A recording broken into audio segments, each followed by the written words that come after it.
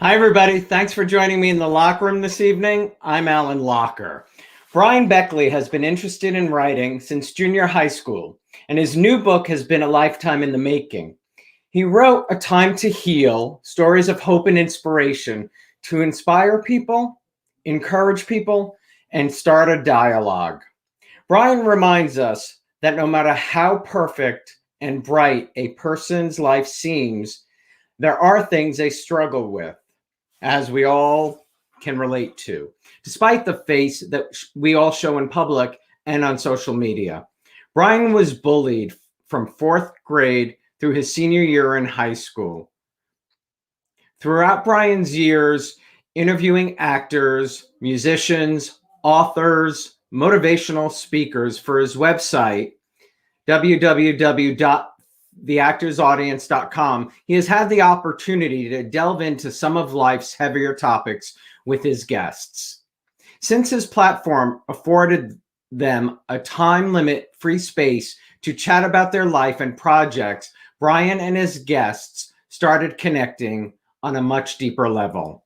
When it came time to put his book together, he reached out to some of those folks and some of those folks he interviewed to see if they would like to be a part of the book, and featured in chapters geared to a topic they were passionate about. Each of the participants in the book opened their hearts and delivered new and inspirational interviews you will read throughout it. I am really glad Bryan has decided to share his story, very personal story, with all of us today. The guests featured in Bryan's book will join us a little later in the show, but it is my distinct pleasure to welcome Bryan Beckley to the locker room. Hey, Bryan. Hi, Alan. Thank you so much for having me on. This is quite an honor to be on your show. Oh, thank you for being here. I want to get right into it because we have a lot of guests, and I think these are, really important topics. And I think, first of all, as I told you on the phone, you're so brave to share, what you went through. Talk about your book and what inspired you to open up and share your personal struggles along with all of these other stories. I'm someone who is a very open person, and people who have resonated with me have also been open and candid with their journeys. And even if the subjects were not comfortable to talk about, they ended up being inspirational. I know the cliche is, oh, if you only help one person, but it's really not a cliche. It really does resonate from the feedback that I'm getting, even just to this point, that the short time it's been out, it's just been really, really great to hear. And it makes me feel good about that I'm being received the way it was put out to be received. That's great. And, Yeah. and you were bullied, from fourth grade through senior year. Yes. It was, Can you yeah, talk? intense. Yeah, intense Intense. bullying. Yeah. Yeah. There was It, some sexual abuse, some yeah. very intense bullying, all surrounding my sexuality, which at the time the bullying started, I really wasn't even comfortable or aware of it. I mean, I was in fourth grade. Was back then anyway. We're a little bit older than this generation now, who being gay wasn't necessarily as talked about back then. So you didn't really understand, like, oh, why do I have these feelings? And it just snowballed from one incident, and it just took off. And the bullying was really, really serious bullying. It wasn't just a kick in the and it was hard because I internalized it. And obviously the sexual abuse, I internalized it, and I didn't, no one knew, which was very, very hurtful, to my family, because they didn't know anything about it. And they felt that they had let me down by not being there. And nothing could be further from the truth. They had no Right. idea, because of Right. the outgoing personality that I always had. And so it taught me a lot. I know it's probably weird to hear someone who's been the subject of such bullying and sexual abuse and trauma and all that, but God only gives you what you can handle. And in the moment, you don't expect, or not that you don't expect, but you don't feel like you're going to make an impact one day. But He gives you what you can handle. And he's led me on this journey, and he saw me through to overcome this. I mean, granted, it was a lot of therapy too. It wasn't just that. Right. But I want to interrupt for a minute because I think it's could be helpful to any parents watching. The most innocent thing of blowing another friend a kiss is what, you know, led somebody to start the bullying. Can you explain that? Yeah, there was a group of friends that we all kind of lived in the same, like, four houses, like, across the street and next to each other. And I was a very sensitive, outgoing person. And one night, we were stopping playing for the day, so I just blew a kiss to my friend, not thinking anything of it. I mean, you blow a kiss to somebody in fourth grade, you're not exactly going to get down on one knee the next morning and propose to them. or that a 4-year-old, some 4-year-olds might know that they're gay, but most do not. It's not a gay gesture. Oh, fourth grade. Right. But still, I mean, yeah, that's 9 or right. Yeah. And it doesn't, from that, it doesn't necessarily mean forward, that. Yeah, that next day forward was absolute hell from then through high school. And I buried it all, and I put on a good face, and I was even voted friendliest in my senior superlatives. I have no idea how someone who was bullied and all the bad things that had happened, that I still had the fortitude and the strength to end up presenting myself and acting in a way that people thought I was the friendliest person in the school. So, I mean, there is some strength that you don't even realize you have during everything. It's just that, when you come through it all. Yeah, but I'm sure you put up a lot of walls along the way. I did. It was a little bit easier for me to do that because I wasn't very sports oriented, and so my brother and sister would do a lot of sports, and so my parents were out there doing that. Excuse me, and watching and coaching and supporting them, and then we would come back together for dinner, and I would just act like nothing was going on, and the more and more time I was able to kind of isolate, the more and the happier I ended up being, just because I was able to be in my own world. And that's actually what got me started watching daytime and prime time, and seeing the different characters, the minimal amount of characters that were being portrayed as gay at the time. And you talk about in your book, your coping mechanism was overeating, and that you still struggle with that today. And I thought you use a phrase in the book that no human could help alleviate sort of the pain and the struggle, but food did. And still does. When I'm having a bad day, when I'm having a great day, it's like, to me, food is like breathing. Like, there's nothing, no therapy has worked with that. I pray on it, but it's just something to me, just like breathing. Eating is just like the next, like, take a breath, eat, take a breath. You know what I mean? It sounds weird to say that, but it's an addiction that you almost can't get away from, because you have to eat to live. So you can't just not put yourself in a situation where something would be in front of you.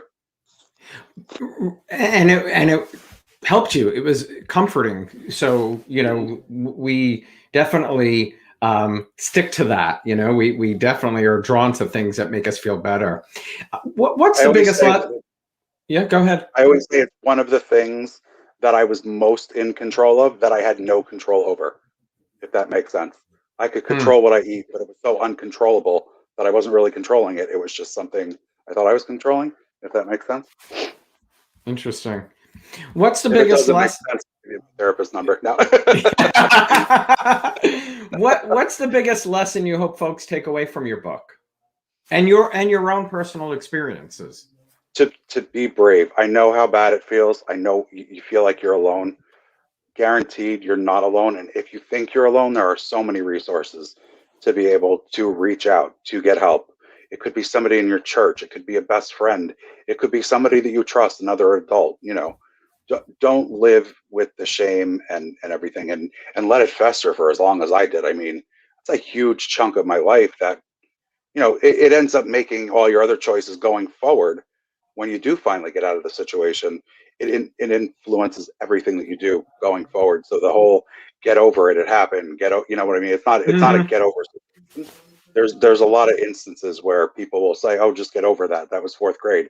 It's like, yeah, that was fourth grade when it started. It went all the way through high school, and that's your Right. formative years where your personality is forming based on your Right. experiences that you're having. And Mhm. so it takes a long time, a lot of therapy, a lot of shame, a lot of guilt because you didn't stop it yourself. You know, a lot of emotions go into it. Yeah. Oh, I'm sure. I mean, I'm sure the emotions are still pretty raw. I want to ask one more question before we bring out our first guest. If someone is watching today and they are being bullied, what would you like to say to them? You're not alone. Please get help. No matter how hopeless it feels, you can get help for it. There's always someone that you can trust, no matter, even if it's somebody who works in a store that you trust, or, I mean, that sounds like an extreme, but not all people have someone they really can count on. People's parents are working, or, you know, they don't have good relationship with siblings or whatever it might be. There has to be one person. Find someone you trust. Find Thank you for someone you trust. succinctly putting what I could Yeah. not. No, Thanks, but Alan. yeah, you're very welcome. Well, let's get going. You know I like So, our first guest was born in the Spanish Harlem neighborhood of New York City to a Puerto Rican family. At the age of 11, he began taking acting classes and earned a premiere spot in the New York City Performing Arts High School. He landed his TV debut, I believe, on Guiding Light as opposite Jeff Branson and Gina Tognoni. You may recognize him from his recurring roles on Chicago Fire or guest starring roles on Blue Bloods or HBO's Show Me a Hero. Please welcome Jeff Lima. Hey Jeff. Folks. How's everyone doing? Hey, Jeff. How are you? Great. Thanks for being here. Quickly, I just want to ask you, what do you remember about working at Guiding Light? I'm sorry we never met because I was the PR person there. Okay, Guiding Light is so fast-paced, and I am glad that while I've been on other sets, we do have the luxury of doing 7, 10, 12 takes. On Guiding Light, it's just so fast, but I get it because they've got to shoot some 52 pages in 5-6 shooting days. Yeah, don't blink, otherwise it's over. That's right. Don't blink. You were the victim of bullying at a young age. Can you talk about, the effects of bullying on you? Yeah, the bullying when I was 11 or 12 emanated from my having extremely crooked teeth. Not the case anymore, right? Cosmetic and a bunch of teeth bleachings later. But because I recognized that the bullying did start from a physical something, I caught the bad habit of covering my face when I speak. To this day, we're talking about more than 15 years later, I still do this when I speak, right? I was fortunate enough to dine with Bryan, I believe, over the summer. And I was still doing this. And in my head, I was, I made every concerted effort to just have my hands by my side. But, this defense mechanism that you build as a young teen, it really gets embedded into your muscle memory, and so as an adult, I now struggle with just having my hands down by my side when I'm interfacing with anyone. Well, also, people don't understand. I mean, the bullying does hit you deep down. So it is something, even though you're trying really hard to not do that, it's instinctive because it was like your shield of armor, really. It was. And so if I was with one person or with many people, doing this was so exposed. Doing this, I almost felt as if I had a mask on. Well, you've done current, yeah, mask on. Yeah, exactly.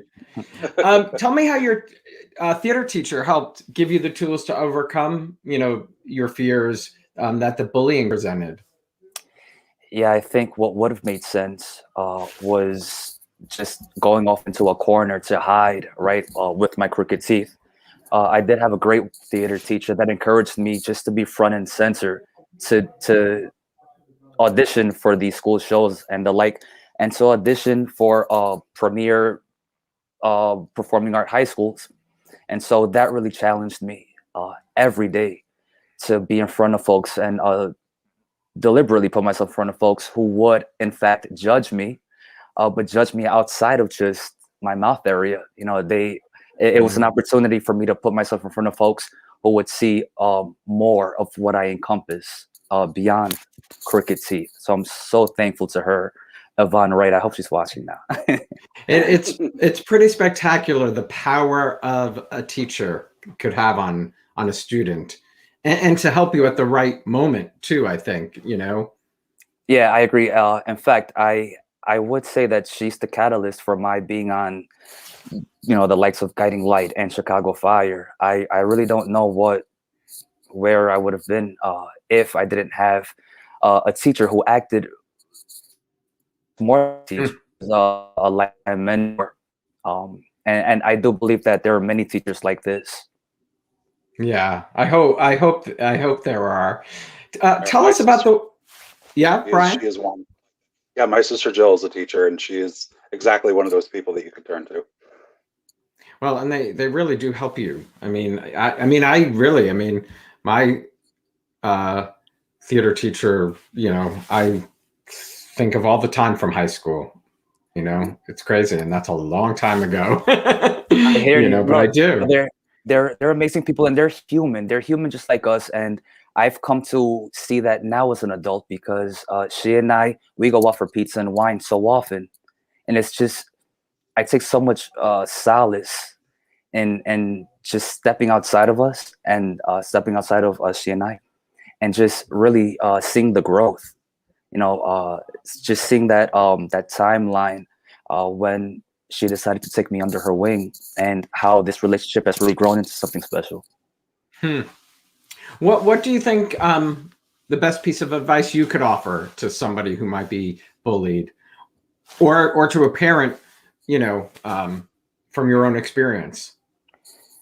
I wouldn't call it normal. I don't think being bullied is normal, or to bully someone is normal, but I would say it's commonplace. And no one is really alone, and it really takes opening up and a lot of vulnerability, and just making yourself vulnerable to open up to at least one person. This I will say, I don't believe no one can do it alone. So if just one person, I think one is enough to just open up to, and let them be your, the person you vent to every day, or every so often. And tell us about the work with the Achievement Lab that you're doing. You're a founding member of this. Can you tell us what that is? Yeah, some of my proudest work. So I grew up in the Bronx and in East Harlem, and the children who we serve now are very much like me. I grew up in a household without a father figure, and now we service a ton of children. Something that I'm so invested in is, for instance, just building a common vocabulary among the children. When I was being bullied, I didn't know how to go to a teacher or a counselor and say, these are the manifestations of how I'm being bullied. And there are many bystanders who don't know how to de-escalate the situation. So at least our children, if there is an instance of bullying, at least they have the tools and the resources to, for one, articulate what's going on. And we're staffed with a great team who know how to mediate, who know how to de-escalate, who know how to put two children in a room and have them talk it out. And sometimes it's not just the victim and the bully. Sometimes it's a culture that a teacher may have allowed to really grow in their classroom. So it might be a group meeting that, in fact, is necessary for the bullying to stop. So my work with the Achievement Lab does allow me to step in that capacity, or to serve in that capacity. It must feel good to help others. It does. It really does. I think Bryan and I have had an opportunity to speak about this. I do like to help, and I think the helping goes beyond a classroom of elementary school children, because I will say this, I'm not in the schools as often. We have a great team of folks who are at the schools, but I am able to help folks through other mediums, like the scholarship that I have set up at New York University's grad film and television program. Yeah, I read that. That's amazing. Oh, thank you. Jeff has always had your your number. That's amazing. Jeff, it's a pleasure to get to know you. And, I'm so glad you shared your story with Bryan and that others will get to read it in the book. Thank you so much for being here. You're absolutely welcome. Thanks, I love you, folks. Be well. You too. Jeff. Bye-bye. Our next guest is Abigail Hawke. Abigail is an actress known for playing Samantha Bonner on the TV series Reality Check. She's been on Law & Order SVU, Body of Proof, and for the last 10 years, she's played Detective Abigail Baker on the CBS hit series Blue Bloods. Please welcome Abigail Hawke. Hi, Abigail. Oh, hello. Hello, beauty. How are you? I'm so good. How are you guys? Doing well. Thanks for being here. Absolutely. Thank you for having me. I was enjoying listening to both you guys chatting, and Jeff. Yeah, what a great Jeff, story. Yeah, Jeff's great. Yeah. Before I get to your story, what's it like being part of a hit show for 10 years? Well, I mean, you're not going to find me complaining about it. That's for damn sure. Listen, I will say first and foremost, I'm exceedingly blessed and grateful to have a show that's in syndication, because not working for almost 7 months could have been pretty bad. But because the show is in syndication, we're okay. And I know that so many people are not that fortunate. So that's, the monetary stability is huge. That aside, yes, exactly. Aside, I work with giants and legends, and I get to show up every day and just get to learn. And really, for the last decade, I've been, cutting my teeth on this show, and I just am so. It's the best way to learn, right? Yes, it is. Just get thrown right into the fire. Yeah. I mean, my first day of work, 10 plus years ago, I was absolutely petrified because I had this huge scene with Tom Selleck, and I was like, oh my God, oh my God, oh my God, oh my God, oh my God. Like I couldn't it's breathe. Magnum PI. And then, you meet him and he's 6'4" in real life. And it's just like, he's literally the brawny man walking around. And he is the nicest human being. He made me feel so at ease. But I was terrified. I'm just this green actress from Atlanta. And even though I'd been in New York for, I think, 7 years at that point, it still felt like I had just gotten there. I was like fresh off the train. Well, I want to talk about what you open up in Bryan's book about women's health issues and your own postpartum depression that you suffered. Can you share a bit of your story with us?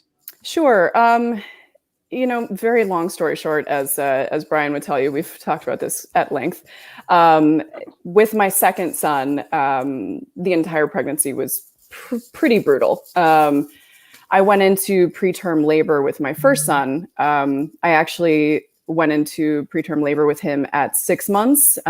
They kept him in. Modern medicine, thank God. But I delivered him 5 weeks early. And then in order to avoid that, my OBGYN recommended I get on some progesterone shots. And those, unfortunately, kind of just completely whacked me hormonally. And my emotions, like I became this like Hulk, like I would be completely fine and like a shell of myself and this tired little human. And then in 5 minutes, I was like just so angry, like roid rage angry. And it was kind of the catalyst that snowballed into me having swollen legs and joints, me getting gestational diabetes, crazy insomnia, just like all these things that snowballed. And, by the time I still ended up having my second son early as well, because apparently my uterus doesn't like to keep babies in for the normal time. it just, I know, why not? I just I didn't feel that bonding. I just felt so separate from him. And it was very strange because I carried him. I mean, like, you can't possibly be closer to another human than when you have him hanging out with you for 8 months. But I just didn't. Literally. Yeah. Yeah. I mean, literally. And nothing Bryan and I can understand. You know? No. Thankfully. And that was some of the best part about talking to Bryan was, he just let me ramble and go on and on and on, knowing that even though we are such good friends and have a fantastic rapport, it was not something that he could relate to. And it was, I'm fortunate because I have an amazing partner who is a medical professional, understood that I was really struggling. And that was huge. So I'm very lucky. And it's part of the reason why I'm so open about talking about it, because I think that the stigma just needs to be removed. It's exceedingly common. I think one in 5 women has some kind of postpartum, either anxiety or depression. Yeah, go ahead, Alan. Yeah, I was just going to say what I found fascinating in the book and what you open up about is that your OBGYN knew in an instant that's what, like, she just looked at you, right? Well, we'd been, I think I'd known her about 10 years at that point, because my son's 4 now. And, she's done a couple surgeries on me. She's obviously delivered both my kids. And I just walked in for my 6-week postpartum, which, by the way, the fact that in America, that's the standard, and then that's it for postpartum care, it's not enough. We really need to look. After any child, there's a 6-week follow-up and then you're done? That's it. Wow. And you're only giving birth, right? Giving life to a human being. It's traumatic, and you look at countries like Europe, who have entire programs dedicated to pelvic floor rehabilitation and give women way more than 12 weeks of family leave, and some women don't even get that. So there's so many facets that go into it. But she just took one look at me, and she knows how bubbly and humorous I am. I tend to deflect my pain with humor. I think all of us kind of do that to a certain extent, but I was just a shell of myself. And I just was so empty. And she was like, "So how are you doing?" And I just instantly, it was like the waterworks fell, and she went, "Okay, yeah, this is not the Abby that, I've known for over a decade." So. And it's very unlikely to see her character crack a smile, but she is one of the funniest. She is honestly one of the funniest human beings on this planet. That's funny. Baker's a little stoic, just a little bit. Yeah, a little. I love that. Well, you also believe that maternal mental health is a really big thing. Of course. That people should have access to, right? Yes, absolutely. And again, it just goes back to the mental health stigma and recognizing that mental health is physical health. There's no difference between them. And we shouldn't be ashamed to say, "Hey, this is hard." Being a mom is hard. Being a parent is hard, but there's just these unrealistic expectations that are placed on mothers, particularly working mothers. We're both expected to show up and act like nothing happened and just boom, be back to our prenatal self. But we're also expected to just be the best mom in the world and not, somehow manage to do all of those things on the same amount of sleep. Like, there's the same amount of time in the day, regardless of who you are. Right. And the pandemic, that kind of goes without saying that moms have taken the brunt of this. We're really struggling, How has it affected you? Oh, it's affected me astronomically.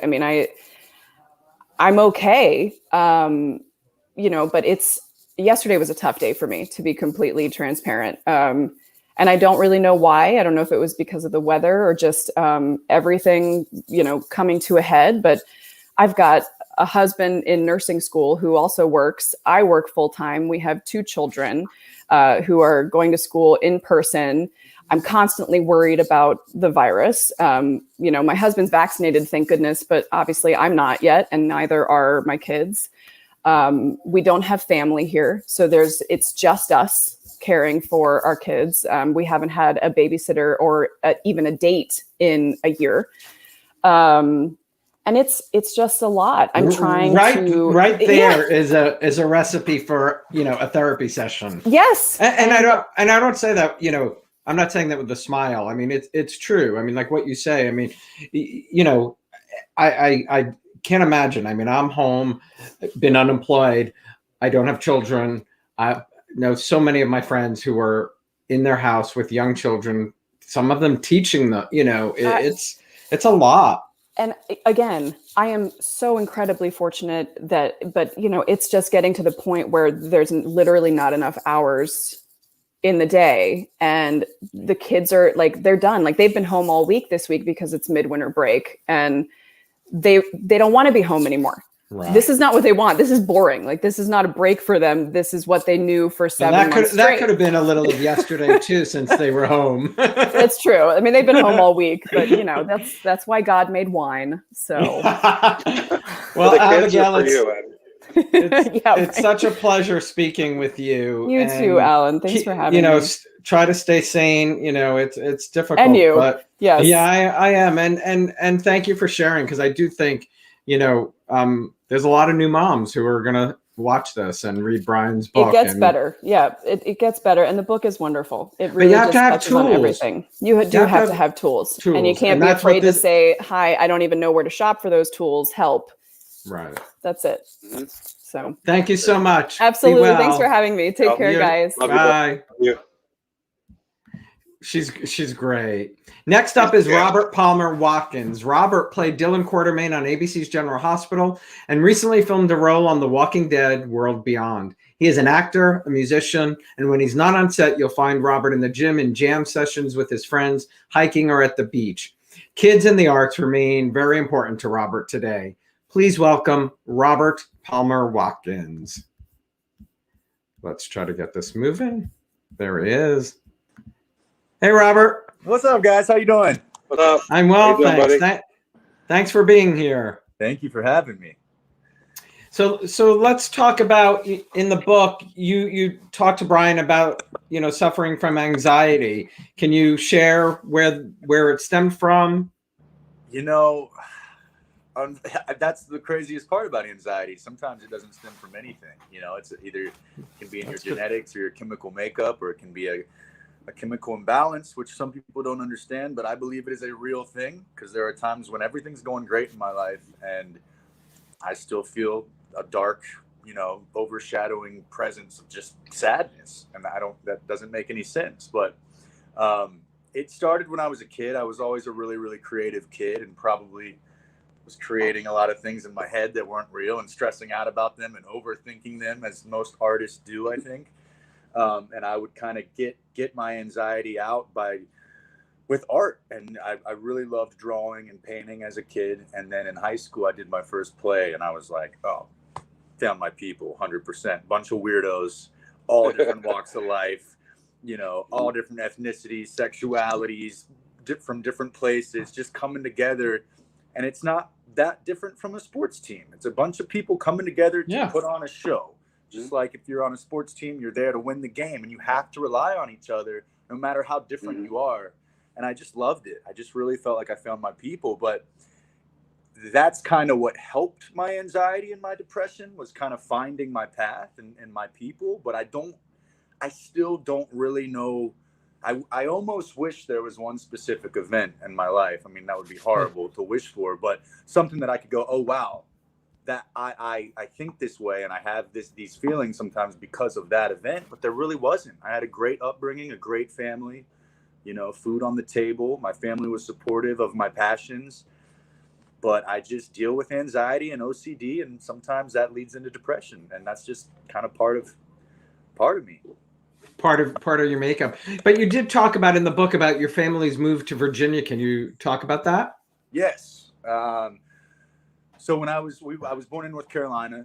I lived there until I was about 11 or 12 years old. My dad got a really good job offer with AMF Bowling. Their corporate offices are in Richmond, Virginia. So we all uprooted and moved to Virginia. And it was difficult for sure.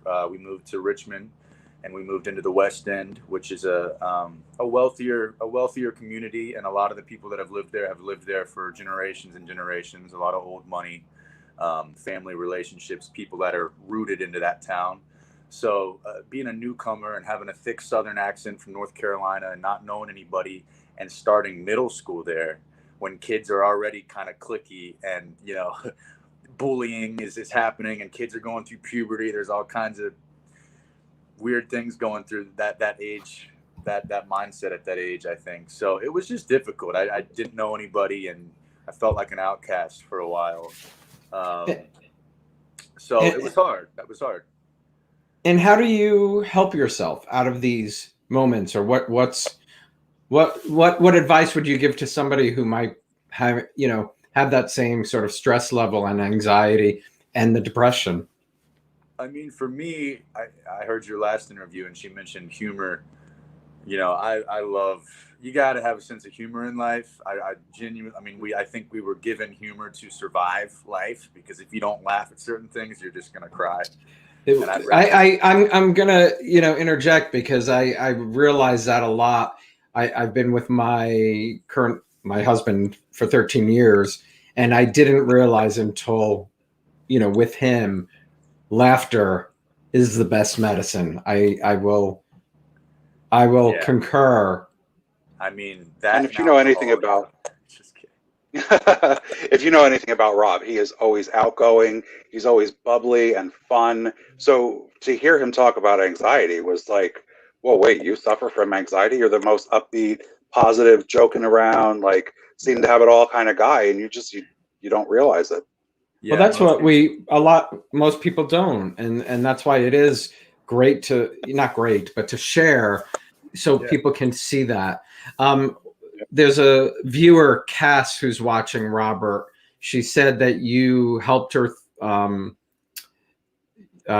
She can't thank you enough for your inspiration when she lost her grandmother to Alzheimer's. I don't know if you know this gal, Cass Marie. Yeah. Hey, Cass. That's amazing. I mean, I don't think enough people share what they're going through, and people are embarrassed by, these things. But the bottom line is we're all human and we all have shit we're dealing with, no matter who you are, what your life is. All walks of life go through something. And I think it's important that we share with each other, because, some of the people that I looked up to growing up, finding out that they dealt with things really helped me. Robin Williams, Jim Carrey, some of the people that we all love and adore that you would never think. All they did was bring joy to us through their movies and their art, but they had some demons, and maybe they didn't have the people to talk to, or maybe they didn't feel like they could let people down by saying, hey, I'm sad.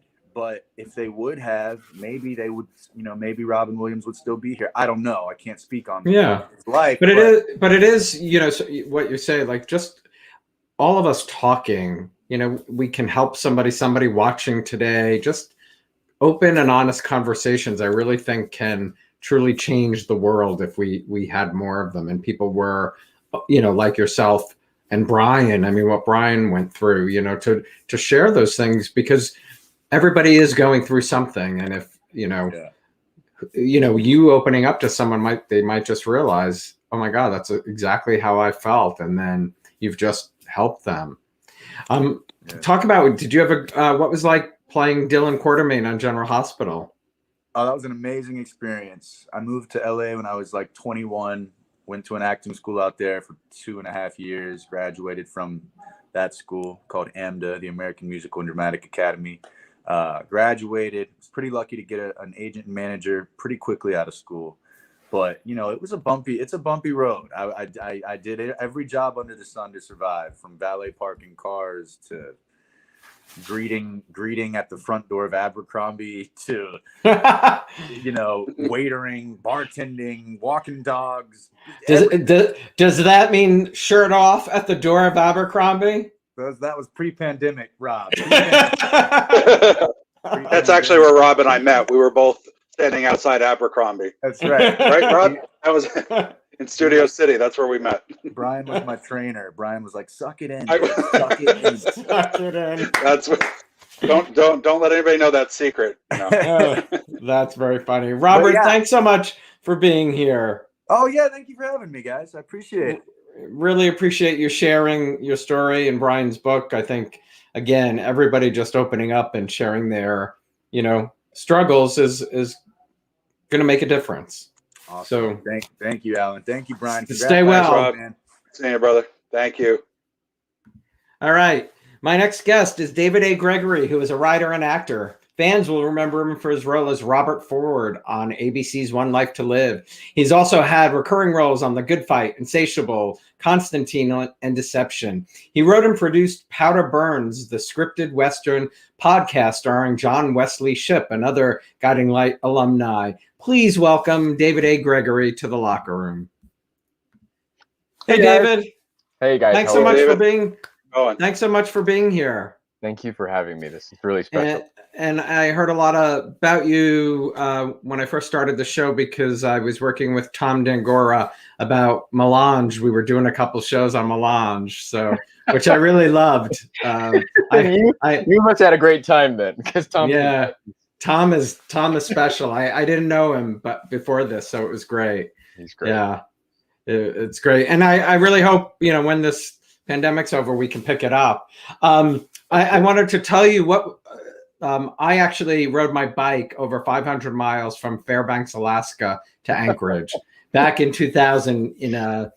They did like 1 or 2 AIDS rides in Alaska, but the one that I did, there was a random blizzard in the summer and we were freezing our asses off, to say the least. But what was it like growing up in Alaska? Well, I guess you're a braver man than I born and raised there, but I never did anything as Alaskan as riding my bike. In fact, we did do when I was a kid, an 11-mile bike ride out to one of the lakes, and I stopped and had to get in the truck because the winds were so harsh that I couldn't. That's what happened. That's what happened in the blizzard. A lot of people had to get I'm sure. rescued because it was really. Long story short is, I think everything is normal growing up because you have nothing to compare it to. And it wasn't until I went to the lower 48 that I was like, oh, this is very different. It can get dark outside and still very warm in the summer, and, you know, little things like that. But it was idyllic. It was everything that I think, especially a young boy wanting to go into a career in the arts, should have.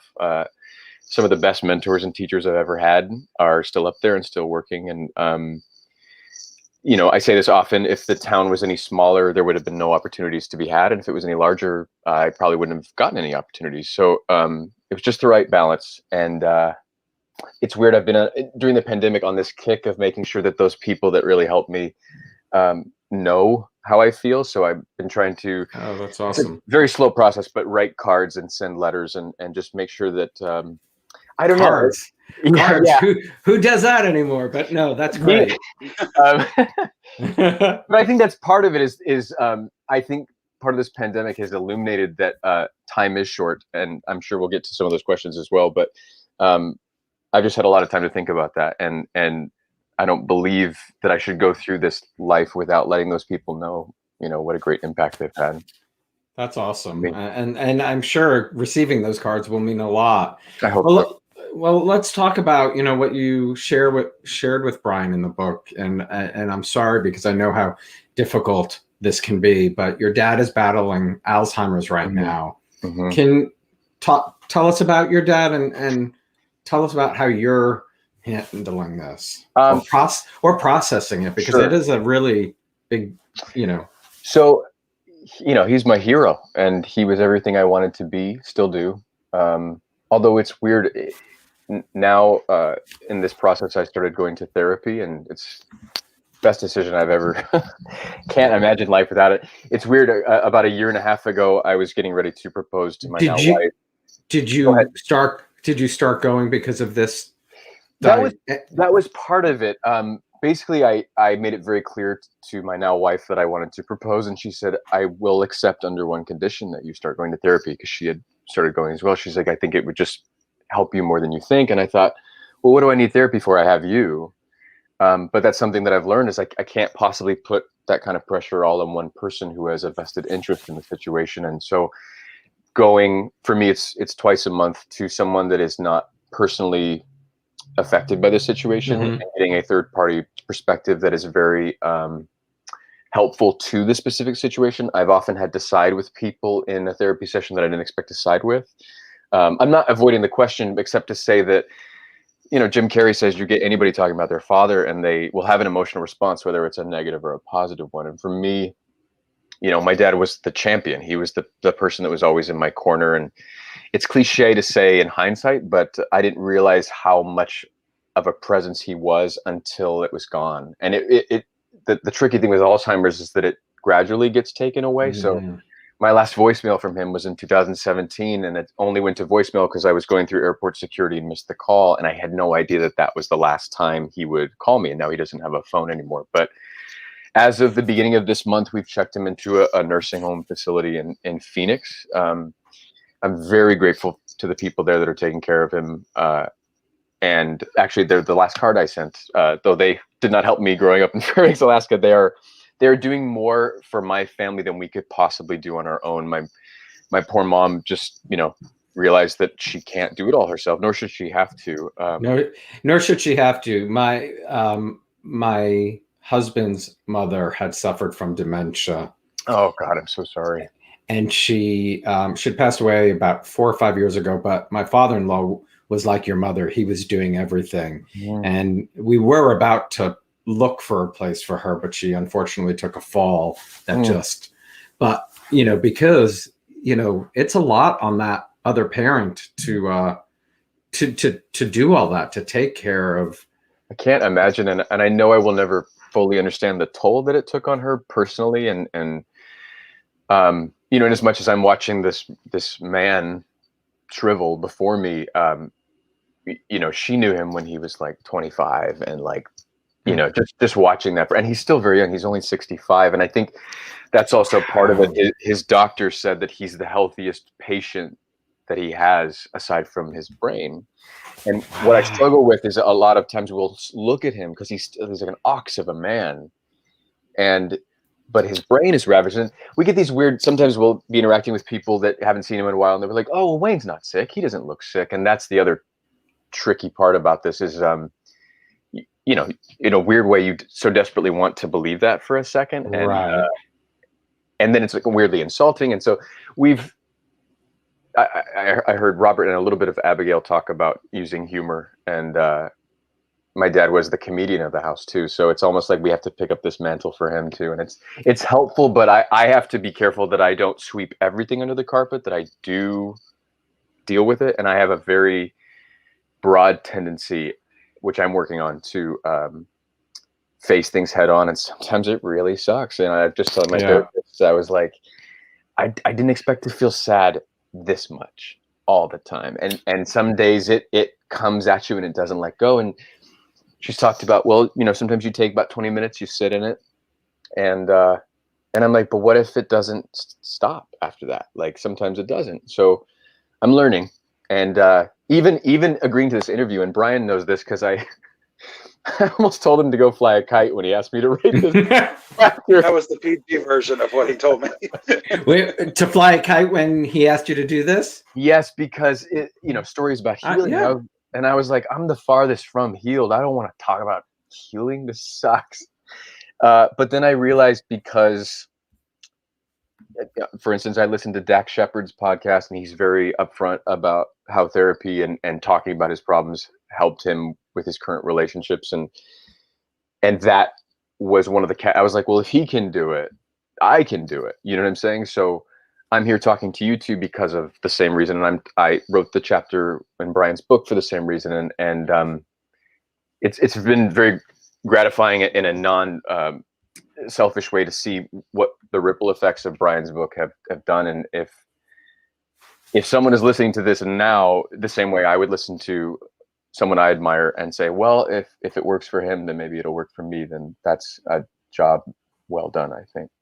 How long has your dad had, or was he diagnosed? He was diagnosed, I guess, technically 2014, but he had what they had called mild cognitive impairment earlier than that, which we thought, weirdly enough, manifested itself almost in a bipolar scenario. He was angry a lot, and we just thought that's what it was. Turns out that was a misdiagnosis, and once the diagnosis came, a lot of more things checked boxes and made more sense. And I think as of now, we are in the final stages, but he's still such a healthy individual.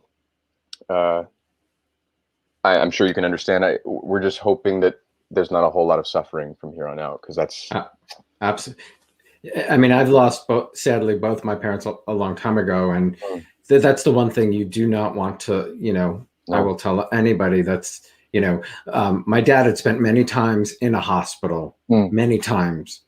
And the last time he was in there, he's like, I don't ever want to effing go back. And he died in his sleep. Wow. And at first I was angry. And then I realized he went the way he wanted to go. Yes. There's some magic in that. There was, yes, he deserved it after all the times in the hospital. You don't want, that's the thing you don't, my heart goes out to you. My best friend is really in the same boat you are right now. My best friend of like 40 years, his mother, and he lives very far from her. She's in Argentina, and he's here in New York. And she is his everything. And for him to watch, the distance is so hard. Yeah, that too. And it's really interesting. I mean, and I don't know if you did or Bryan here, until I got with my husband in 2007, when I met him and met his mother, it was the first time I had experienced anyone with dementia. And it is a difficult thing, and if you haven't experienced or don't know anybody, that's the one thing I think we can all share today, that, be there for your friend or your loved one, help them, because it is a difficult road, and you need the strength. You need the strength, and David, I wish you.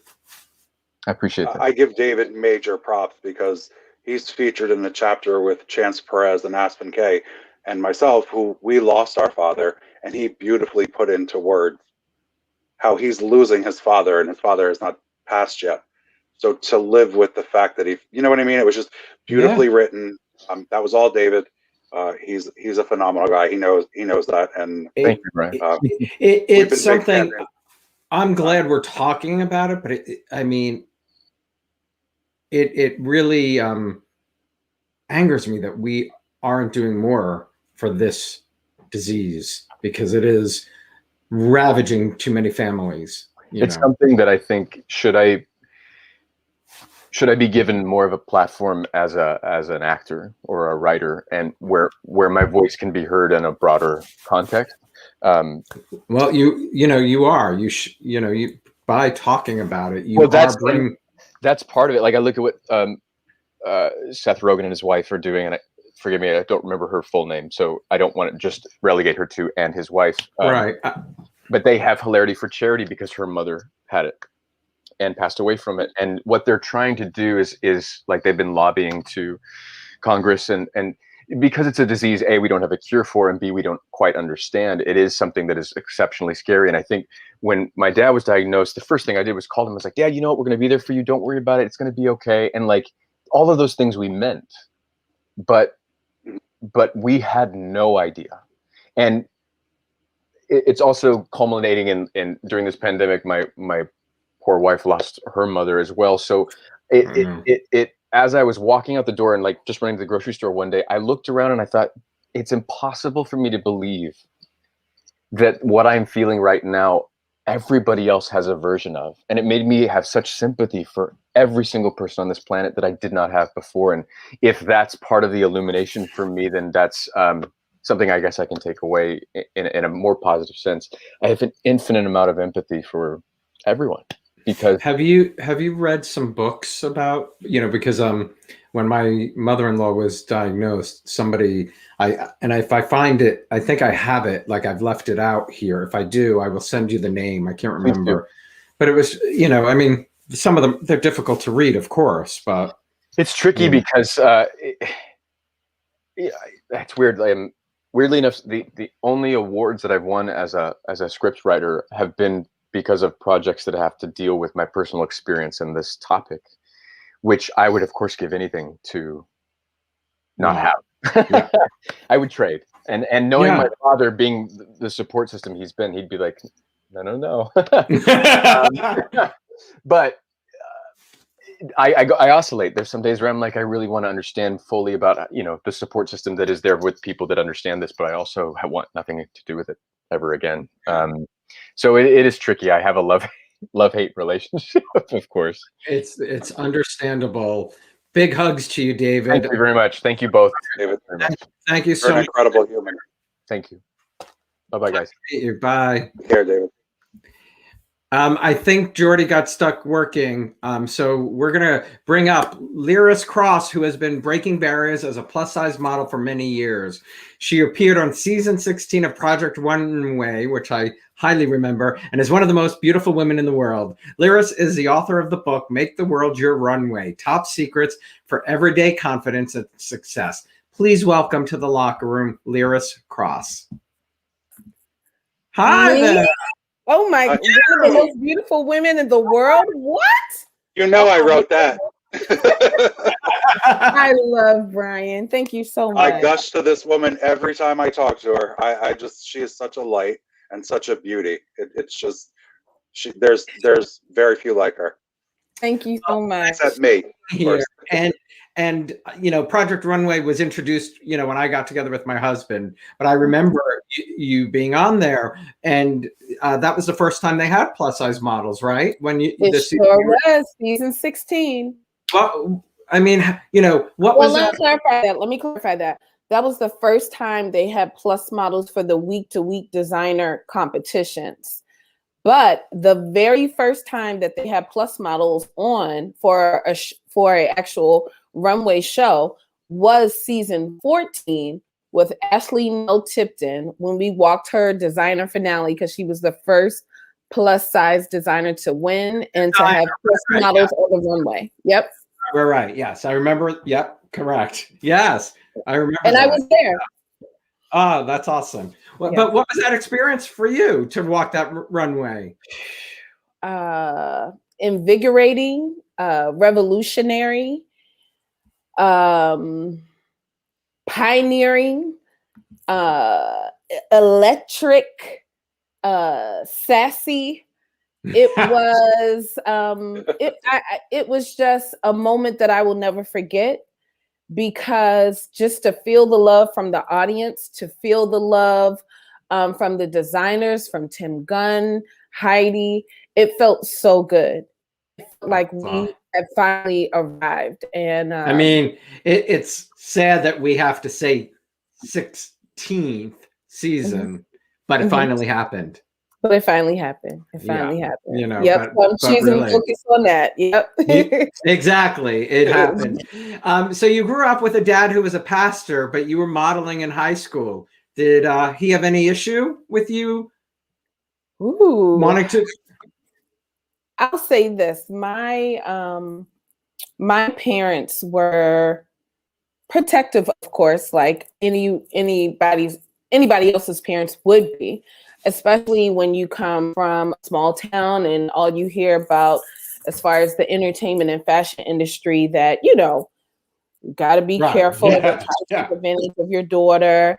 And they really did their best to protect me till they saw, like this desire that she has for modeling is not going away. And I really started to hear about different things that were going on, the local mall fashion show, all that stuff. And they said, you know what, let's give her a chance. And I'm glad that they did, because over a decade later, I'm here still doing it. Where did you build your self-confidence from? Ooh, I'm gonna say my dad and my mom. They both spoke life into me, but there's just something about when your father, as a little girl, when your father always Daddy's little girl.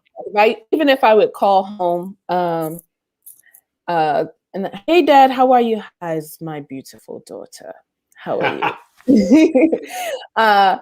And my father just always believed in me. I was smart, told me I could do anything that I put my mind to. He just said, you just got to do the work. And when you have a dad who really believes in you and pushes you towards your greatness, it's a game changer. And I'm glad that my parents, my mom taught me poise and grace and kindness, and also just doing the work. My mom is a person, she's a very studious person, but just seeing how she applied herself to anything just taught me that I needed to really apply myself for anything that I needed to do, and I can make it happen.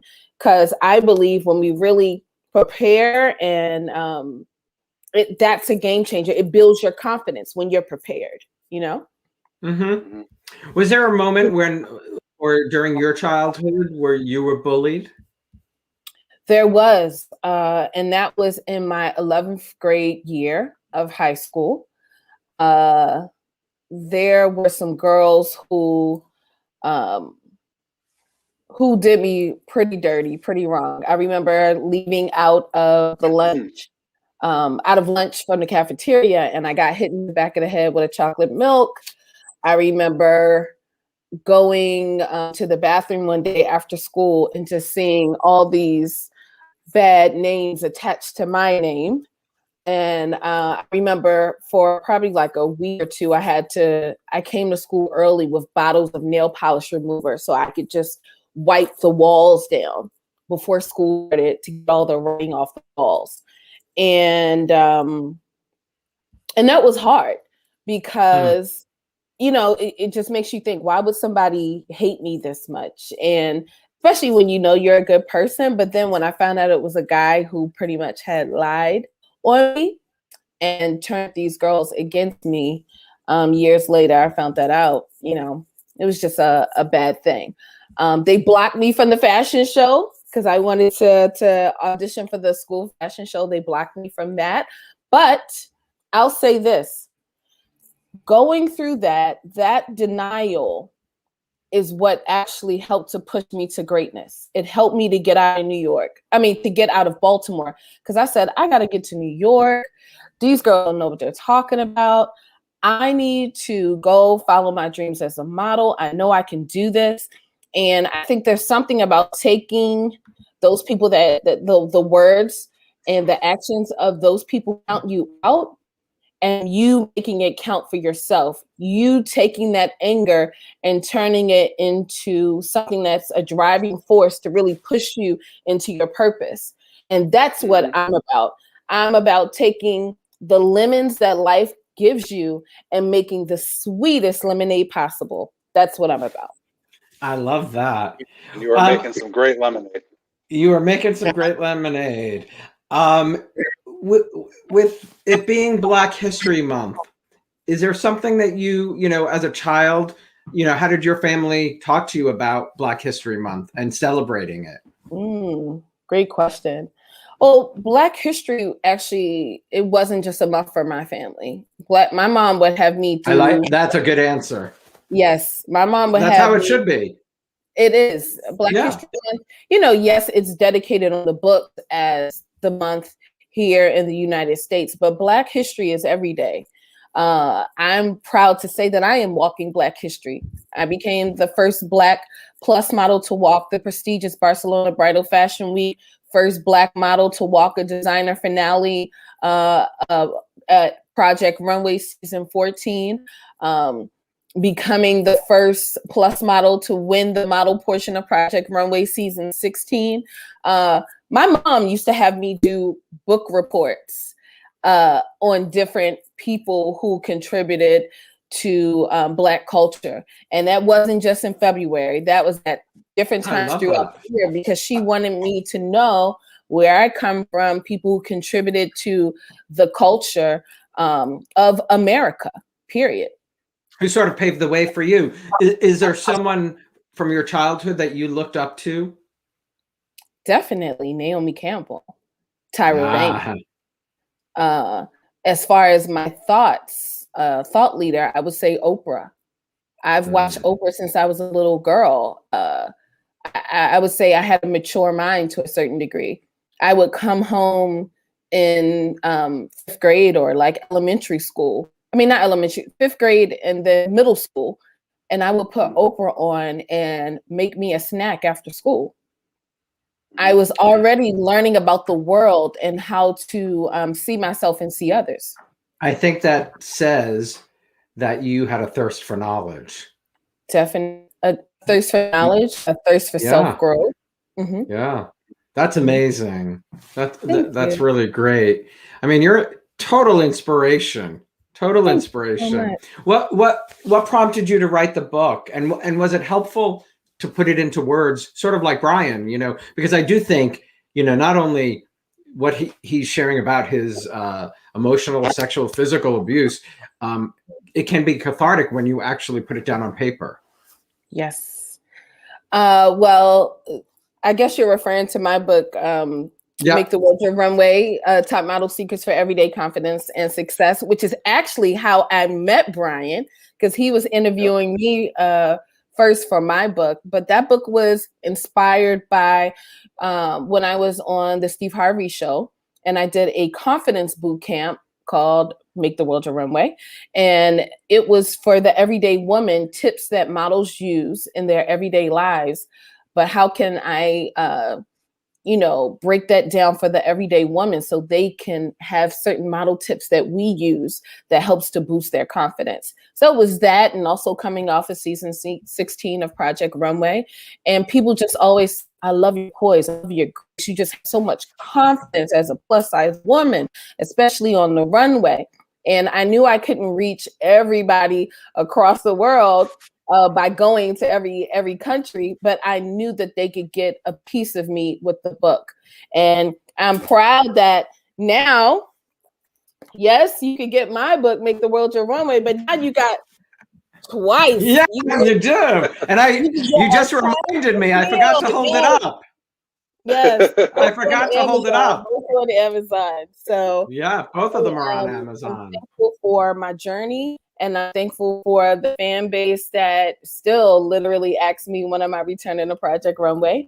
And I'm thankful that they were able to see the confidence that I possess every time I step out on the runway. But guess what? Every time I step outside this door, I step into my confidence. And that's what Making the World Your Runway is all about. And but we can't make the world your runway till you deal with healing what's going on inside of you. So take the time to heal and get the you don't want to miss it. Before I let you go, I talk about faith and your own spirituality and how that helps you. Oh my goodness. Well, like you heard, I was raised Christian. I'm a PK. And I would like to say that my faith has been a stabilizer. It has been the one thing that has helped to keep me sane, because, you know, if you work in entertainment or fashion, and I mean, just us all as human beings living through this pandemic, if I didn't seek the face of God at times just to say, God, just give me the strength to make it through this day, I really don't know how I could make it. And just knowing that there is somebody who's watching over me, loves me, and sees the best in me, that's what helps me to keep going. That's what helps me to forgive. That's what helps to give me the strength when I'm tired, when I'm weak. Those are the things that I feel like, because I'm tapped in with him, I'm invincible. There's nothing in this world that can stop me, because I could talk to you for hours. Amen. Oh, I could talk to you for hours. You are a beautiful. You are not just a beautiful woman. You are a beautiful soul. Thank you so much. Oh, I yep. appreciate that. It really is a pleasure to meet you, and thank you so much for being here. Thank you so much for having me. Stay Thanks, safe. Liris. Bye, Love you. guys. Bye. Bye. She really is, Bryan. Wow, you are so right. Phenomenal. She's phenomenal. I mean, really. Our next guest today is singer-songwriter Willie Tay, who now goes by Wils. Wils used to have more than 300,000 followers on his Instagram account, but when he told his Asian record label that he is gay, they told him they could not work with a gay artist. The label dropped him and then deleted his social media account, which they managed. I'm thrilled Wils is here to share his story with all of us today because it upsets me as a gay man so much that something like that in 2021 or 2020 can happen. Please welcome to the Locher Room, Wils. Hey, Wils. Hello, everyone. Hi, Alan. Hi, Wils. Bryan. Thanks so Come on, much. buddy. How are you? Thanks for having me. So good. Thank you. Thank you for being here. And, It's a pleasure. you know, like I said, as a gay man myself, I'm sorry that living your authentic self and opening up about your sexuality led to something like that. Can you talk about that? Thank you for empathizing with me. Of course, I grew up in Asia in a culture where it was very limited in the exposure of LGBT lifestyle. Everything was mostly censored, and it was very difficult for me to get a role model to discover more about who I am as a person. I've always been a gay man since a kid, and I just didn't know where to look at, and I didn't know how to deal with being on my own and being a gay man in a society that didn't really accept people for who they were. So it took me so many years to discover that it's okay being myself, and I'm really grateful to the Western culture for providing me with an environment to make me feel safe and sound to be who I am, and that's what gave me this stage to grow into the full person I am today. That's awesome, and the courage it takes to come out, and especially when you have something like a career and to make that decision. Talk about the culture shock of coming to the USA for the first time. So in Singapore, in the educational, the way we're education, taught in school is that if you have a question, you can ask, but you normally just don't. Like at the end of the class, the kids would, the teacher would say, "Does anybody have a question?" And people won't raise their hands up because there's kind of like an environment that says that you have to discover your questions on your own. You don't really ask out in public. It's a very it's a society where people are very law abiding, and so they listen to the law. And so when I came to the States, I was in a music school at Musicians Institute, and I remember seeing the first time the teacher said, "Does anybody have any questions?" And everybody raised up their hands, and I was the only one who didn't raise up my hand. And I was like, "Oh my God, this is so weird! I could actually ask. I could seek for knowledge. I could ask." And so that was a culture shock for me. And it really helped me to understand that I could ask about my sexuality. I could ask for help. I could ask for understanding. So that's a good culture shock I had. And you first worked with Randy Jackson, who helped manage you for a while. And it was when you moved to new management that you had made the decision, right, to live your life authentically? Yes, that's right. Yeah. I met Randy, in downtown LA. Yeah. How did you come, because I'm sure it's a difficult decision. How did you come to the decision that moment was, you wanted to live your life authentically? I lived my life as a closeted gay man, as a pop recording artist in Singapore and in Asia for a long time. And I realized that I was dealing with so much lying. I had to lie about my identity. I had to cover up my sexuality because of a culture that won't accept that, and being a gay person in Asia, you're mostly shamed for. And I was worried about losing my career, that my family would be affected by the news that I'm gay, and so it's really affected me in my growth and as a person to love. I've always been a person that I just want to bring happiness and love for the world, but I couldn't do that because of my sexuality. I had to hide it. If I'm constantly hiding myself and thinking about hiding, then I think over a long run, I just couldn't do that anymore. I just wanted to be authentic, and so I took the leap of faith of deciding that I wanted to be authentic. Well, here's, I think, the most important question. How does it feel today? Oh, I feel like I don't have to try it to be someone else. It feels liberating. I feel like I could just be me, and I don't have to worry about what others think about in terms of my sexuality. And being me helps to bring, I feel happy. I feel so much happier as a gay man, an openly gay man. And I feel that translate into other people. People feel that happiness, and that really helps to encourage others as well. Right. I mean, I didn't really remember a lot. I didn't have a career like you, but I lied because my parents didn't know at the time, or friends didn't know, or Okay.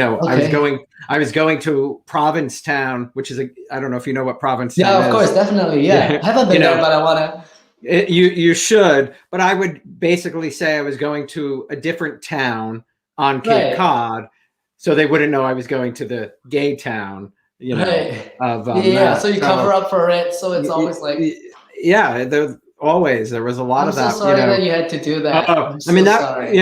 I came out at a much different time than you did, but your culture also dictated for you. You also talk about that your LGBTQ folks are underrepresented in Asia, and now you've heard from a lot of other young Asian folks since you've come out. Can you talk about the response? Yeah, ever since I came out, some of my older fans that I used to have a connection with my previous artist name, they found me on my new social media, and they came up and they were like, obviously we knew you were gay already. Like you're like you're singing songs that that had a little hint of. I used to have like music videos with hints of gay elements in there because I couldn't be obvious about it. I have to kind of do a little hint here and there so that I can make the change. But the most beautiful thing that I've received from fans is I remember this older man at 55 years old. He's married with kids. He said, "Hey, Wils, just want you to know that I'm so proud that I could see in my lifetime and a gay Asian pop artist that's out and open." Because I don't think I can live the authentic life given that I've already built all this family and it's been too many years of being in the closet. I can't be who I am anymore, but I get to live vicariously through your experience, and that helps me let go of all the thoughts and the traps that I have had within myself. Wow, that should make you feel pretty great. This is all I live for now, is that I want to make a difference, and I want to change the way people view homosexual men and women in Asia. I want them to accept us for who we are. Well, keep up the great work. We're actually writing a book together, right, Wils? Yes. You and I. Yes. Yeah. Oh, that's awesome. Well, Wils, thank you so much for being here. Thank you for sharing your story, because I do think it's so important, especially to see young role models like yourself in Asia. So keep up the great work, and thank you so much for spending Ellen time. and Bryan, I really appreciate this platform you've given me to. You're so welcome. Love you guys. Thank you. Bye. Have a great night. All right. Our last guest is a friend who I've known for over 20 years. He joined the cast of Guiding Light as Tony Santos in August of 2000, and he joined the cast of The Young, the Restless as Ray Rosales almost 3 years ago. This talented actor is a husband, father of two, and one of the nicest guys you'll ever meet. Please welcome my friend, Jordi Vilasuso. Oh, Hello What's up, there. Jordi? How are you, buddy? I'm good. He's in his I'm good. dressing room at Young and the Restless. So I am. They're gonna call me in any second, but I wanted to say what's up and show my support for Bryan and for her, Good. of course. Well, then I'm going to ask one question. It doesn't surprise me that you were so honest in the book with Bryan, but how therapy has helped you and Caitlin navigate fatherhood and marriage. Can you share, sort of just why you see that as a great tool to helping? I think it's a tool for everyone. I think it's something that is going to propel our evolvement as a society. I think the mind has to be treated the way that we treat the body, the way that we treat the spirit.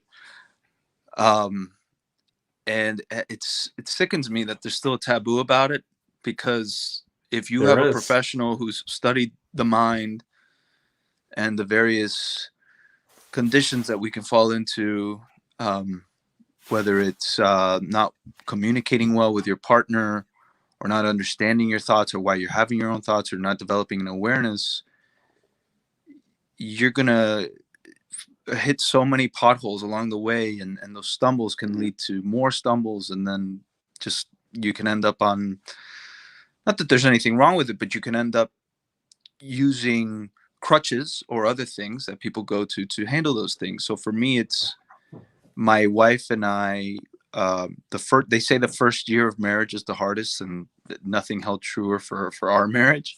So we literally, what a godsend, Julia, we found her just looking on the internet, and she was in walking distance from where we were at the time. Wow. And to this day, that was almost 9 years ago, we still check in with her whenever there are things that we're like, okay, this is an obstacle we're having trouble with. So I think I've always said you do, it could help, it not that, my parents grew up in a different time, but both of my parents were Holocaust survivors. And I didn't know that. Yeah. And I think, how that could have really helped them live better lives, because they suffered so much because of that period of time. And there's no tools that helped people in anything like that. Rwanda, genocide in Rwanda, any of those, the Holocaust, any of those things. But I think it really, like you said, Jordi, it can help. It's just tools to help you live your life. And how do you work through that stuff? I mean, through these traumatic experiences, like nobody is born with the tools to be able to process and to kind of give language to what that is.